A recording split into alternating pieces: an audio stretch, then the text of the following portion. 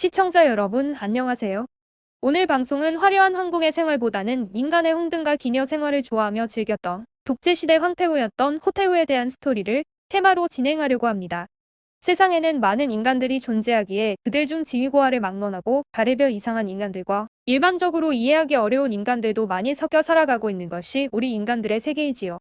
중국은 워낙 역사도 오래되었고 땅도 넓기에 수천 년을 이어져 내려오는 동안 황후나 황태후는 수를 셀 수조차 없을 정도로 많았지만 그들 중 달기나 측천무후 그리고 서태후 등 특이한 이력을 가진 몇몇 황태후들 외에 중요한 인물로 남은 경우는 거의 없다고 할 수 있죠. 그러나 이들 황태후들 중 오늘 방송의 주인공이 될 국제시대 호태후라는 여인은 기이하다고 할 정도로 쉽게 이해되지 않는 사고방식과 행동을 했던 여인이었는데 한마디로 표현한다면 매우 심각하다고 생각될 정도로 음탕한 DNA를 갖고 태어난 여인이 아니었나 생각됩니다. 호황후는 국제시대 안정군 사람이었는데 당시 매우 용모가 뛰어났었기 때문에 후궁으로 뽑혀 장광왕비가 되었고 후에 무성왕제 고담의 황후가 되죠.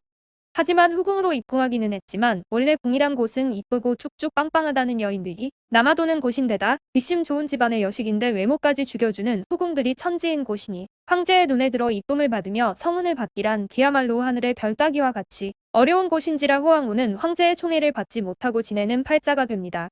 더욱이 호황후를 품어주고 깊은 성운을 베풀어줘야 할 무성왕제 역시 성적 취향이 정상적이지 못한 것인지 부인인 황후나 후궁을 데리고 즐긴 것이 아니라 형 효소제가 즉위 1년 만에 황천길로 접어들자 형수인 이조화를 총애하며 그녀가 기거하는 소신궁에서 밤낮을 가리지 않고 그녀를 즐겼기에 호황후가 황제의 성운을 받을 기회란 없었던 것이죠.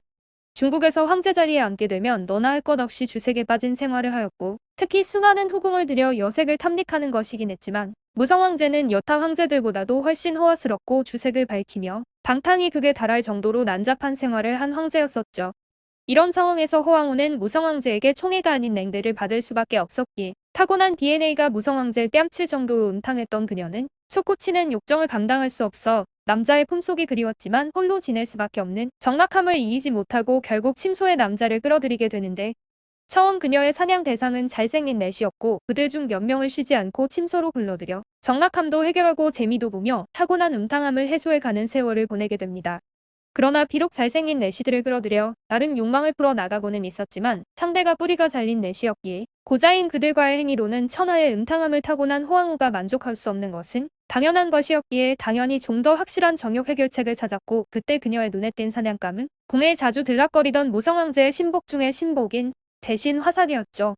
기골이 장대했고 수려한 외모를 가진 화사계를 눈여겨본 음탕녀 호황후가 그를 사냥감으로 삼는 것은 어쩌면 당연했는데 궁궐을 드나들며 정치를 하는 대신이니 눈치가 빠른 건 역시 당연한 것이다. 화사계는 호황후가 의도적으로 던져대는 추파를 쉽게 간파합니다.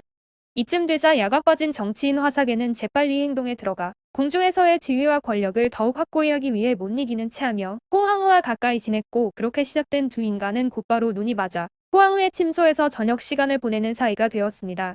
화사계는 황후의 은밀한 눈빛을 적극적으로 받아들여주면서 전국을 쥐락펴락할 자신감을 가지게 되는데 당시 황제는 앞뒤 가리지 않고 향락에 빠져 있었고 섹스욕에 빠져 음탕한 눈초리의 호황후는 자기 여자나 다를 바 없는 상황이 되었기에 일국의 황후를 쥐락펴락할 수 있는 남자로 자리매김한 신하가 아닌 실제적인 권한을 갖고 싶다는 무리수를 그려나갑니다.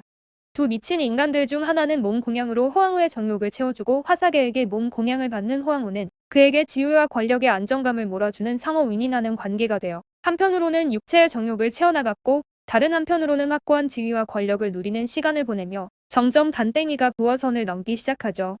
위험한 그림을 그리기 시작하며 지위와 권력에 대한 욕구가 점점 커져 간이 부어오른 화사계는 자신의 상전인 황제의 마누라를 자신의 여자로 만들어 몰래 숨어서 즐기는 미회가 아닌 대놓고 공공연한 향락에 파묻히고 싶다는 맞아 죽기 딱 좋은 계획을 가지고 호황후와 말을 맞춰서 그림을 완성할 계획을 세우게 됩니다. 그리하여 화사계는 호황후와 작당하여 무성왕제에게 호황후의 아들이며 21세인 태자고위에게 황제 자리를 넘겨주고 태상왕에 올라 귀찮고 거추장스러운 생활을 하지 말고 편안한 삶을 즐기는 게 좋을 것 같다고 강력하게 건의했고 그렇게만 된다면 둘은 거추장스럽던 황제가 물러남으로써 거리낌 없는 향락을 누릴 수 있을 것이라고 생각합니다.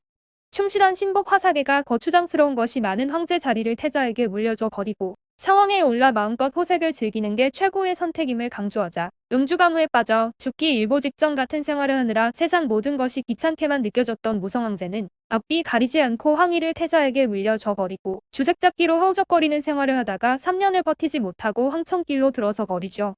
태자 고인은 큰 어려움 없이 황제로 즉위하여 어머니 호황후를 황태후의 신분으로 바꾼 후 극진히 모시기 시작하자 호태후와 화사계는 주위의 따가운 눈초리들에 신경 쓸 것도 없이 진한 관계의 연인으로 행세했고, 이런 미친 인간들의 꼬라지를 보고 있는 대신들 입에선 끊임없이 우려의 소리가 나왔지만 황제는 우유부단하여 별다른 조치를 하지 못했으며, 그러는 사이 황궁은 화사계의 사람들로 채워집니다. 목적이 있어 호황후의 성놀이개가 된 화사계였기에 이런 기회를 그냥 두고 넘어갈 리가 없었던 그는 이때부터 궁중의 모든 관직을 자기 신복들로 채워나가기 시작했고, 자신의 권위에 따르지 않는 자는 병중을 따지지 않고 몰아냈고, 조정의 모든 것을 장악해 나가면서 강력한 조정의 실력자가 됨과 동시에 황제는 여기에 더하여 화사계를 회왕에 봉하자 그는 궁중의 최고 실세로 자리매김을 하게 되죠.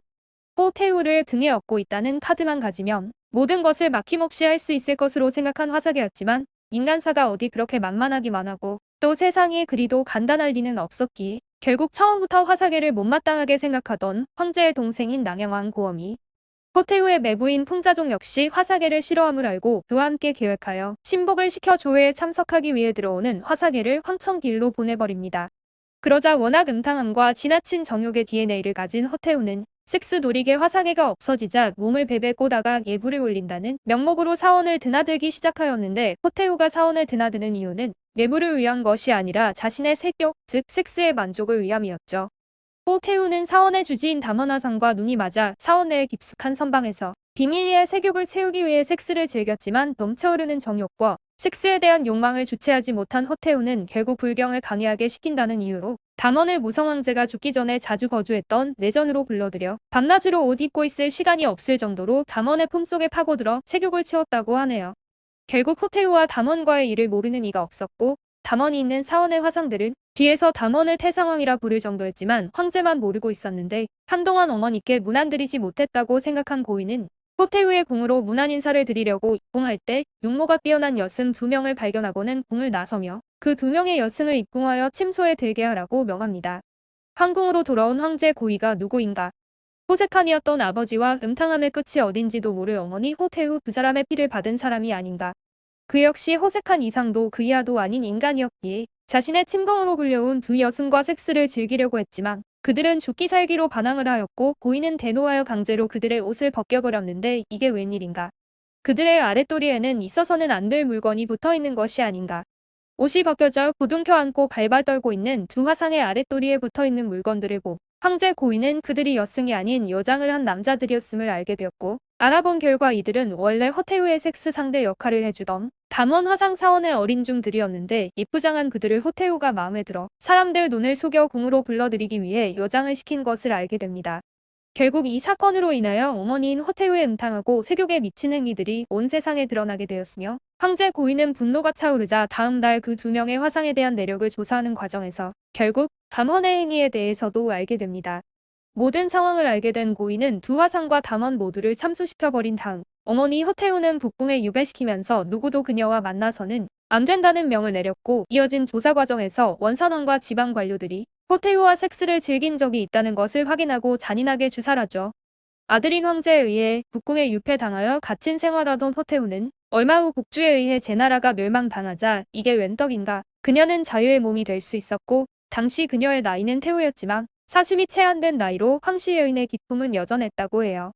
북주에 의해 나라가 멸망하면서 황태우라는 지위는 잃게 되었지만 여전히 남정네의 품속에 안겨 섹스를 즐기고자 하는 음탕함을 버리지 못했던 호태우는 20살을 갓 넘긴 자신의 며느리 목서리와 함께 세상을 놀라게 할 일을 벌였습니다.